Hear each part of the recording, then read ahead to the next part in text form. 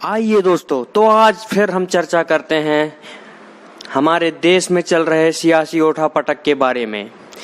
जैसा कि हम जानते हैं, कुछ दिन पहले ही मध्य प्रदेश में कांग्रेस का तख्ता पलट हुआ था। उसके बाद अब बात आ गई है राजस्थान कांग्रेस सरकार पर।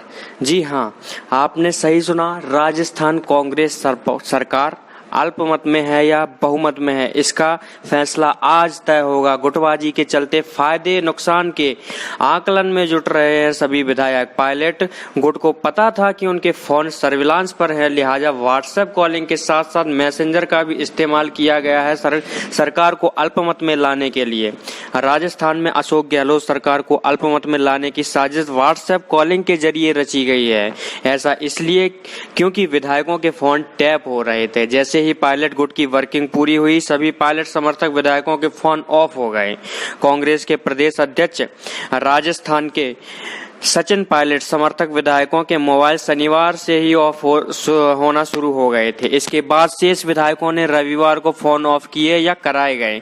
उधर देर रात तक मुकेश भाकर, रामनिवास गावड़िया, जीआर खटाना, पीआर मीणा, हरीश मीणा समेत कई विधायकों के फोन ऑफ मिले हैं। इस सभी साजिश में मैसेंजर का भी उपयोग किया गया है। पायलट गुट को पता था कि उसके फोन सर्विलांस पर हैं, ऐसे व्हाट्सएप कॉलिंग के साथ साथ मैसेंजर का भी उपयोग किया गया। विधायकों को अपने वफादार कार्यकर्ता को इस काम में उपयोग लिया है। ब्यूरोक्रेसी के बारे में जानते हैं। कोरोना को भूले, विधायकों के नंबरों पर टिकी है नजरें। सियासी उठापटक के बीच प्रदेश की ब्यूरोक्रेसी की निगाह कोरोना के बजाय विधायकों के आंकड़ों पर टिक गई है। रविवार को अवकाश होने के बावजूद ब्यूरोक्रेसी पूरे दिन राज्य की सियासी घटनाक्रम पर नजर बनाए हुए है। हर अफसर अपने अनुसार फायदे और नुकसान का आकलन कर रहा है। अगले 10 दिनों में ब्यूरोक्रेसी भी अपने अनुसार पूरे सियासी घटनाक्रम पर पैनी नजर रखी हुई है। माना जा रहा है कि कोरोना के आंकड़े सियासी उठापटक के बीच दब जाएंगे। पायलट कैंप के नेताओं की जासूसी करने के लिए कुछ लोगों को विशेष जिम्मेदारी भी दी गई थी। हालांकि इनके काम में कमियां रहीं, जिसको लेकर शनिवार रविवार को नाराजगी जताई गई। माना जा रहा है कि काम में कोताही बरतने वाले नेताओं को भी परेशानी हो सकती है, वे पुख्ता सूचना सरकार को नहीं दे पाए हैं। उधर कांग्रेस के मुख्य सचेतक महेश जोशी ने कहा है कि हमारी सरकार पूरी तरह सुरक्षित है। उन्होंने कहा कि बहुमत हमारे साथ है और सोमवार सुबह हम इसे साबित कर देंगे। कांग्रेस में चल रही सरगर्मी के बीच पर्यटन मंत्री विश्वेंद्र सिंह रविवार की रात भरतपुर लौट आए हैं। राजनीतिक गलियारों में उनकी दिल्ली यात्रा को लेकर कई अटकलें लगाई जा रही हैं, लेकिन उन्होंने भास्कर से बातचीत में कहा कि दिल्ली में वे अपनी सिस्टर से मिलने गए थे, मैं अपना काम कर आया हूं। इस वाक्य के राजनीतिक मायने पूछने पर उन्होंने कहा कि कुछ नहीं, मुझे मथुरा में एक केस के सिलसिले में वकील नियुक्त करना था, उसे कर आया हूं। पूर्व संसदीय सचिव जाहिदा खान को भी गुड़गांव बताया जा रहा है। बाकी पायलट के निकट समझे जाने वाले बयाना विधायक अमर सिंह और वैर विधायक एवं मंत्री भजनलाल जाटव जयपुर में बताए गए हैं। आरएलपी प्रमुख सांसद हनुमान बेनीवाल ने कहा है कि प्रदेश के सीएम बौखलाहट में यह भी भूल रहे हैं कि मीडिया लोकतंत्र का चौथा स्तंभ है। एसओजी द्वारा जो नोटिस राज्य के डिप्टी सीएम को मिला, उसके बाद जनता की आलोचनाओं को देखते हुए सीएम और अन्य लोगों को भी पूछताछ के लिए जारी नोटिस वायरल हुए हैं। चूंकि नोटिस 10 जुलाई को जारी हुआ, ऐसे में शनिवार को प्रेस वार्ता में इस बात का जिक्र तक सीएम ने नहीं किया और नोटिस को सामान्य कार्रवाई का हिस्सा बता दिया। बेनीवाल ने कहा कि कांग्रेस के कई विधायक पार्टी को छोड़ना चाह रहे हैं।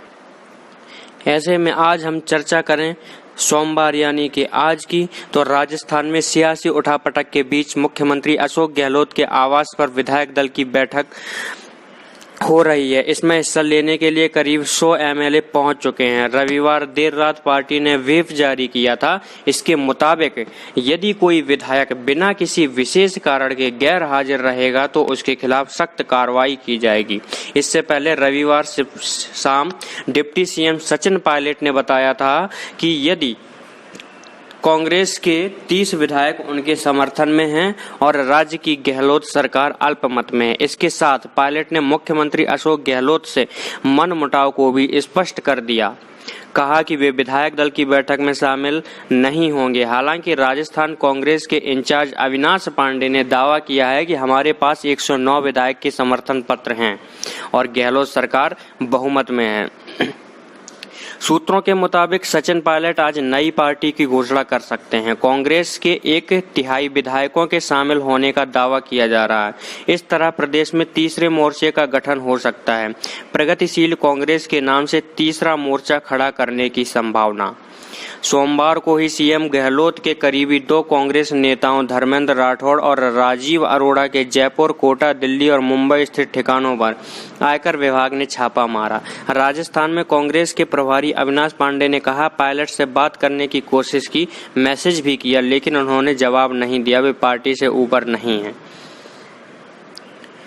छत्तीसगढ़ के कांग्रेस प्रभारी पीएल पूनिया ने न्यूज एजेंसी से कहा कि सचिन पायलट अब कांग्रेस में हैं। कांग्रेस को लेकर भाजपा का क्या रुख है यह सबको पता है। इसमें हमें भाजपा से किसी प्रमाण पत्र की जरूरत नहीं है।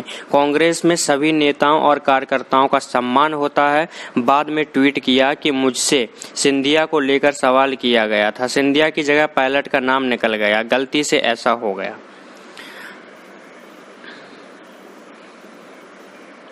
दिल्ली गए कांग्रेसी विधायक दानिश अबरार, चेतन डूडी और रोहित बोहरा ने जयपुर लौटकर कहा कि वे निजी कारणों से दिल्ली गए थे। अगर मीडिया कहता है कि हम इस वजह से वहां गए या उस वजह से वहां गए तो ये हमारी समस्या नहीं है। हम किसी भी विवाद का हिस्सा नहीं बनना चाहते हैं।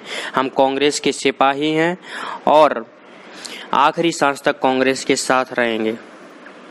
मुख्यमंत्री गहलोत ने रविवार रात सरकार के सभी मंत्रियों और विधायकों को सरकारी आवास पर खाने पर बुलाया।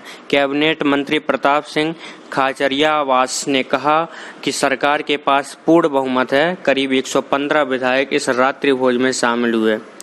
अब आइए जानते हैं कि आखिर समीकरण क्या कहता है। पायलट का दावा है कि उनके संपर्क में 30 से ज्यादा विधायक हैं। इसे सही माने तो गहलोत सरकार अल्पमत में आ जाएगी। कांग्रेस के 107 में से 30 विधायक इस्तीफा देते हैं तो सदन में विधायकों की संख्या 170 हो जाएगी। ऐसे में बहुमत के लिए 86 विधायकों की जरूरत होगी। 30 के इस्तीफे के बाद कांग्रेस के पास 77 विधायक बचेंगे। एक आरएलडी विधायक पहले से उनके साथ है। कांग्रेस की कुल संख्या 78 होगी, यानी बहुमत से 8 कम। उधर आरएलपी के 3 विधायक मिलाकर भाजपा के पास 75 विधायक हैं। सरकार बनाने के लिए भाजपा को निर्दलीय तोड़ने होंगे। प्रदेश के 13 विधायकों में फिलहाल 10 कांग्रेस समर्थक हैं। अगर इसमें से भाजपा 8 विधायक अपनी तरफ कर ले तो सरकार बना सकती है।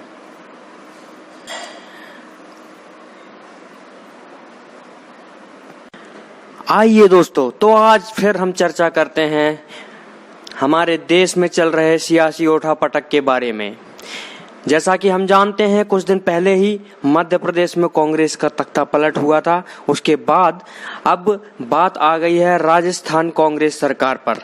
जी हाँ, आपने सही सुना, राजस्थान कांग्रेस सरकार अल्पमत में है या बहुमत में है, इसका फैसला आज तय होगा। गुटबाजी के चलते फायदे नुकसान के आकलन में जुट रहे हैं सभी विधायक। पायलट गुट को पता था कि उनके फोन सर्विलांस पर है, लिहाजा व्हाट्सएप कॉलिंग के साथ साथ मैसेंजर का भी इस्तेमाल किया गया है सरकार को अल्पमत में लाने के लिए। राजस्थान में अशोक गहलोत सरकार को अल्पमत में लाने की साजिश व्हाट्सएप कॉलिंग के जरिए रची गई है। ऐसा इसलिए क्योंकि विधायकों के फोन टैप हो रहे थे। जैसे ही पायलट गुट की वर्किंग पूरी हुई, सभी पायलट समर्थक विधायकों के फोन ऑफ हो गए। कांग्रेस के प्रदेश अध्यक्ष राजस्थान के सचिन पायलट समर्थक विधायकों के मोबाइल शनिवार से ही ऑफ होना शुरू हो गए थे। इसके बाद शेष विधायकों ने रविवार को फोन ऑफ किए या कराए गए। उधर देर रात तक मुकेश भाकर, रामनिवास गावड़िया, जीआर खटाना, पीआर मीणा, हरीश मीणा समेत कई विधायकों के फोन ऑफ मिले हैं। इस सभी साजिश में मैसेंजर का भी उपयोग किया गया है। पायलट गुट को पता था कि उसके फोन सर्विलांस पर हैं। ऐसे व्हाट्सएप कॉलिंग के साथ साथ मैसेंजर का भी उपयोग किया गया। विधायकों को अपने वफादार कार्यकर्ता को इस काम में उपयोग लिया है। ब्यूरोक्रेसी के बारे में जानते हैं, कोरोना को भूले। विधायकों के नंबरों पर टिकी है नजरें। सियासी उठापटक के बीच प्रदेश की ब्यूरोक्रेसी की निगाह कोरोना के बजाय विधायकों के आंकड़ों पर टिक गई है। रविवार को अवकाश होने के बावजूद ब्यूरोक्रेसी पूरे दिन राज्य की सियासी घटनाक्रम पर नजर बनाए हुए है। हर अफसर अपने अनुसार फायदे और नुकसान का आकलन कर रहा है। अगले 10 दिनों में ब्यूरोक्रेसी भी अपने अनुसार पूरे सियासी घटनाक्रम पर पैनी नजर रखी हुई है। माना जा रहा है कि कोरोना के आंकड़े सियासी उठापटक के बीच दब जाएंगे। पायलट कैंप के नेताओं की जासूसी करने के लिए कुछ लोगों को विशेष जिम्मेदारी भी दी गई थी। हालांकि इनके काम में कमियां रहीं, जिसको लेकर शनिवार रविवार को नाराजगी जताई गई। माना जा रहा है कि काम में कोताही बरतने वाले नेताओं को भी परेशानी हो सकती है, वे पुख्ता सूचना सरकार को नहीं दे पाए हैं। उधर कांग्रेस के मुख्य सचेतक महेश जोशी ने कहा है कि हमारी सरकार पूरी तरह सुरक्षित है। उन्होंने कहा कि बहुमत हमारे साथ है और सोमवार सुबह हम इसे साबित कर देंगे। कांग्रेस में चल रही सरगर्मी के बीच पर्यटन मंत्री विश्वेंद्र सिंह रविवार की रात भरतपुर लौट आए हैं। राजनीतिक गलियारों में उनकी दिल्ली यात्रा को लेकर कई अटकलें लगा